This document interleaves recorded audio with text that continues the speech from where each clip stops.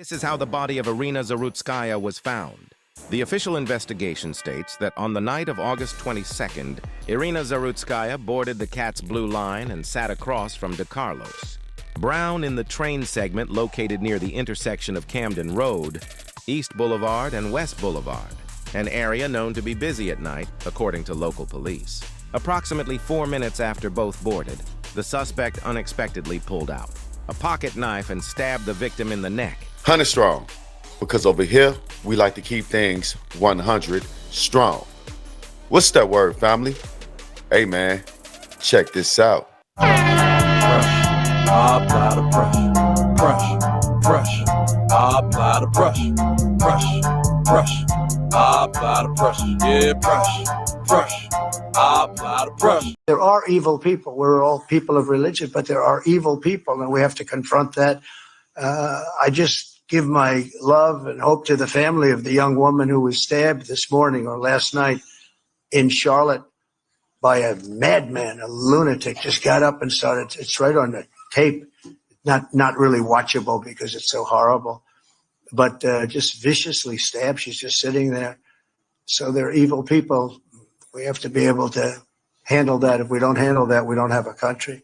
Graphic surveillance video released by Charlotte's Transit Department shows Zarutska sitting and using her phone before an assailant begins attacking her with a knife. Police charging DeCarlos Brown Jr., who allegedly has a criminal record, with her murder. Zarutska had fled Ukraine amid Russia's invasion in 2022. Her obituary says she, quote, quickly embraced her new life in the United States. So, folks, unless you've been hiding under a rock, you wouldn't know about this story. But this story is about a young woman being stabbed on public transportation, and the young woman happened to be white, and the person who stabbed her happened to be black. Now, President Donald Trump has spoke out against this. I'm about to speak out on the situation now, ladies and gentlemen. I said a lot on this show. Mental health and physical health is much needed in the United States of America. So if you really want to put America first, and I'm talking to Brandon Johnson, and I'm talking to Donald Trump, if you really care about the citizens and want to put American citizens first and foremost, we have to deal with the mental health issue in the country. All right, we have to.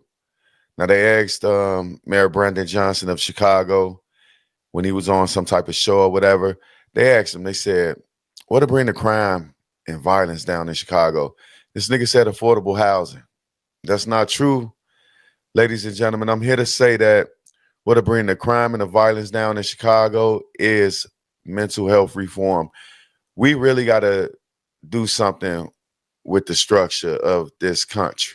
I was just looking at this article and I just saw a young lady become the first person that's in prison to receive their CDL. Now, that's what we need in prisons, all right?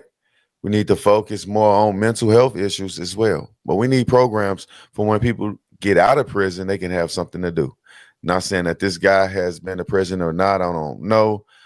But the train was en route to the East-West Boulevard station where there were many passengers on board. Brown, unprovoked, pulled out a knife and started stabbing Zarutska to death. After the attack, the video showed Brown walking to the end of the train, removing his hoodie as several passengers rushed to help the woman. The train stopped about 2 minutes later, and Brown was immediately arrested by Charlotte police officers after stepping onto the platform.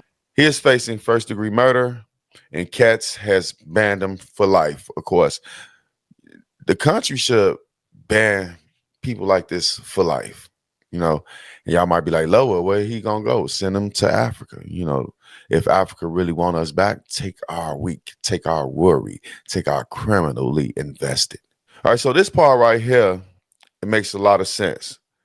And I understand a little bit now what's going on. Brown also has a history of criminal activity and mental health issues. Just like I said earlier, mental health and physical health, it's much needed in the community if we want to have a better community for all citizens. All right, this guy, he didn't have to do this. Very unprovoked, unnecessary, and he deserves to go to jail, right?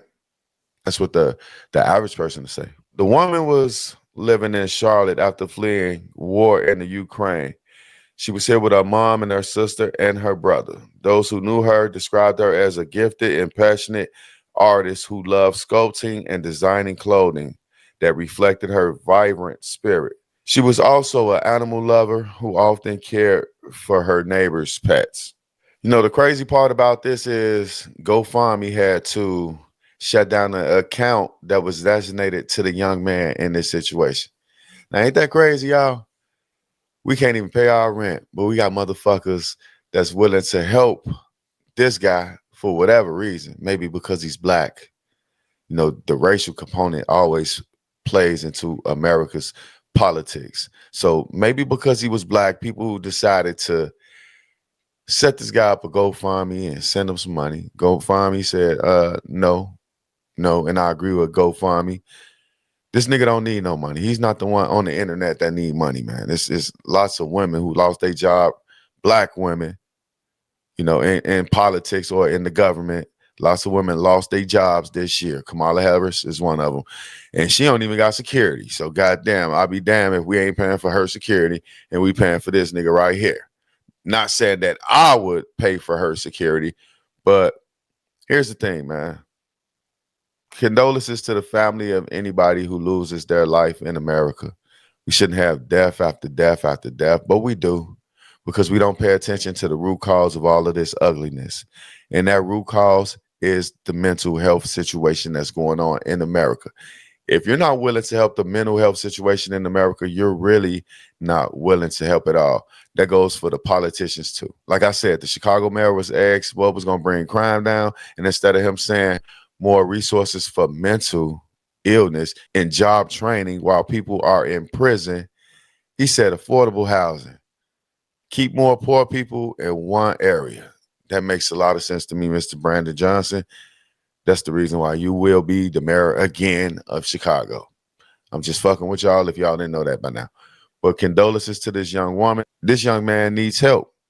But now he's facing the death penalty. What y'all think they're going to get him? They're going to get him death. And he may deserve death for killing somebody that he for no apparent reason, bro. No apparent reason. You know, this person died. She probably would have died if he would have beat her. But tell me how y'all feel about this in the comment section, man. Black folks, are we crazy for setting up a GoFundMe for this guy? But I'll be back with more news and commentary. Tell me how you feel about this in that comment section. Peace. I apply the pressure. I apply the pressure. I apply the pressure. Yeah, pressure. I apply the pressure.